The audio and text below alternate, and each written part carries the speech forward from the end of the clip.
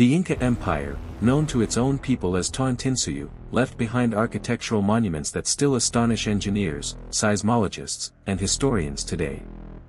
Without cement, without iron tools, without the wheel, and without a system of writing, the Inca raised colossal structures from multi-ton stone blocks. Structures that have survived some of the most powerful earthquakes ever recorded in the region, even as the Spanish colonial buildings later constructed directly on top of them crumbled and collapsed.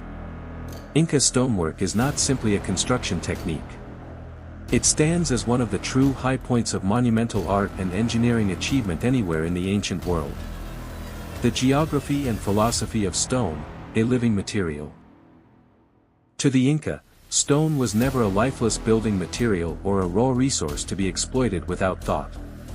In Andean cosmology, mountains, known as Apu, were understood as living deities, ancestral spirits, and protectors of the people who lived in their shadow. Stone belonged to that same sacred geography. When the stonemasons of Tawantinsuyu began a project, they did not attack the mountain blindly. They worked to reveal a form that nature had already laid down within the rock, treating each boulder with a genuine respect for its internal structure and grain.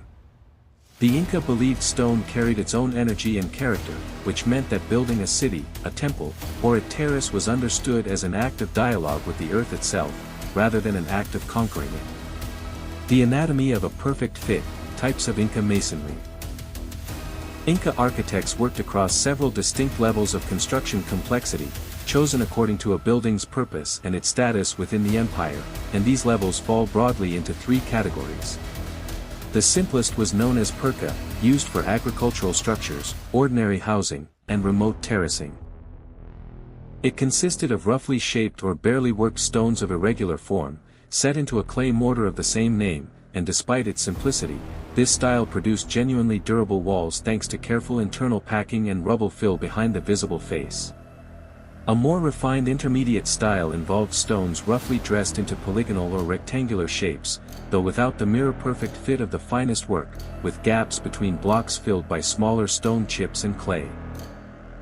And at the very summit of Inca craftsmanship sat the imperial polygonal style, sometimes called ashlar masonry, the technique visible in structures like the Temple of the Sun at Coricancha in Cusco, or the ceremonial precincts of Machu Picchu.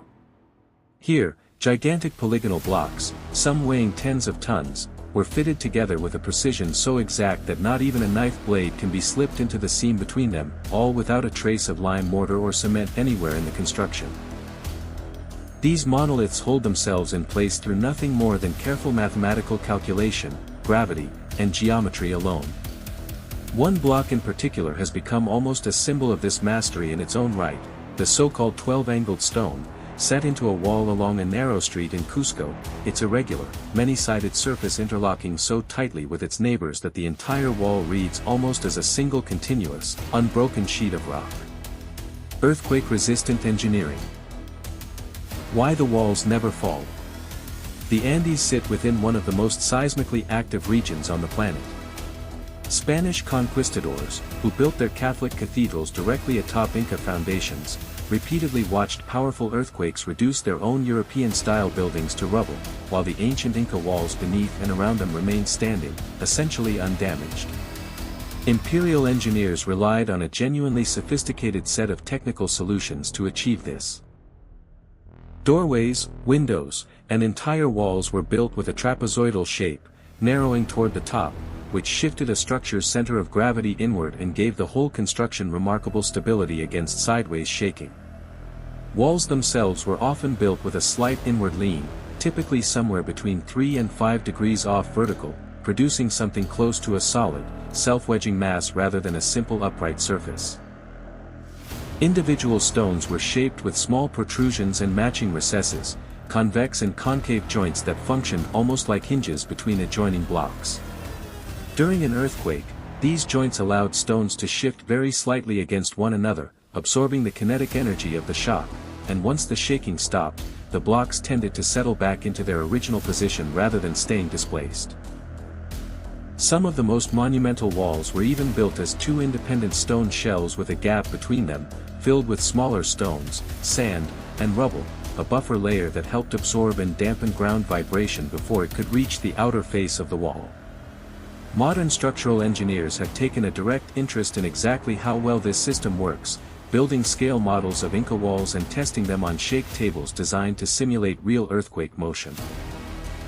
These tests have repeatedly confirmed what the historical record already suggested: trapezoidal openings and interlocking polygonal joints allow a wall to flex and absorb seismic energy in a way that a rigid, mortared rectangular wall simply cannot. In effect, Inca masons were building structures with the kind of controlled flexibility that modern seismic engineering only formalized as deliberate design theory in the 20th century, arriving at broadly the same solution through centuries of empirical observation rather than calculation. Tools and construction: building without iron. Before European contact, the Inca had no iron or steel metallurgy of any kind. The primary tools used to quarry stone were harder stones themselves.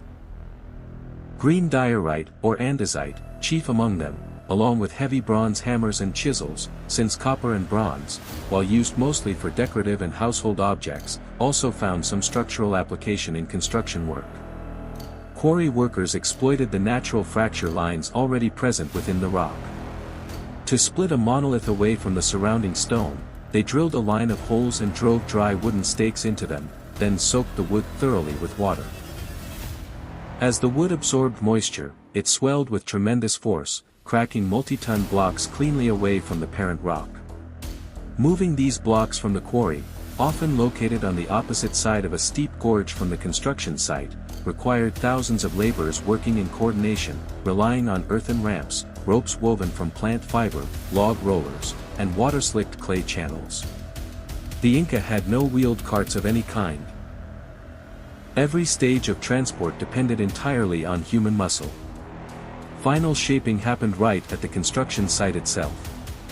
Blocks were raised into position using levers, set onto a supporting bed, and their joints checked using sand or red ochre, a pigment that left visible marks at every point of contact between two surfaces. Workers then knocked down the high points with smaller hammerstones and polished the finished seams using abrasive sand and water until the fit was, in the finest examples, essentially perfect. Landmark monuments of Inca architecture. Sacsayhuaman, the vast fortress complex on the outskirts of Cusco, is famous for its zigzagging walls, built from colossal megaliths.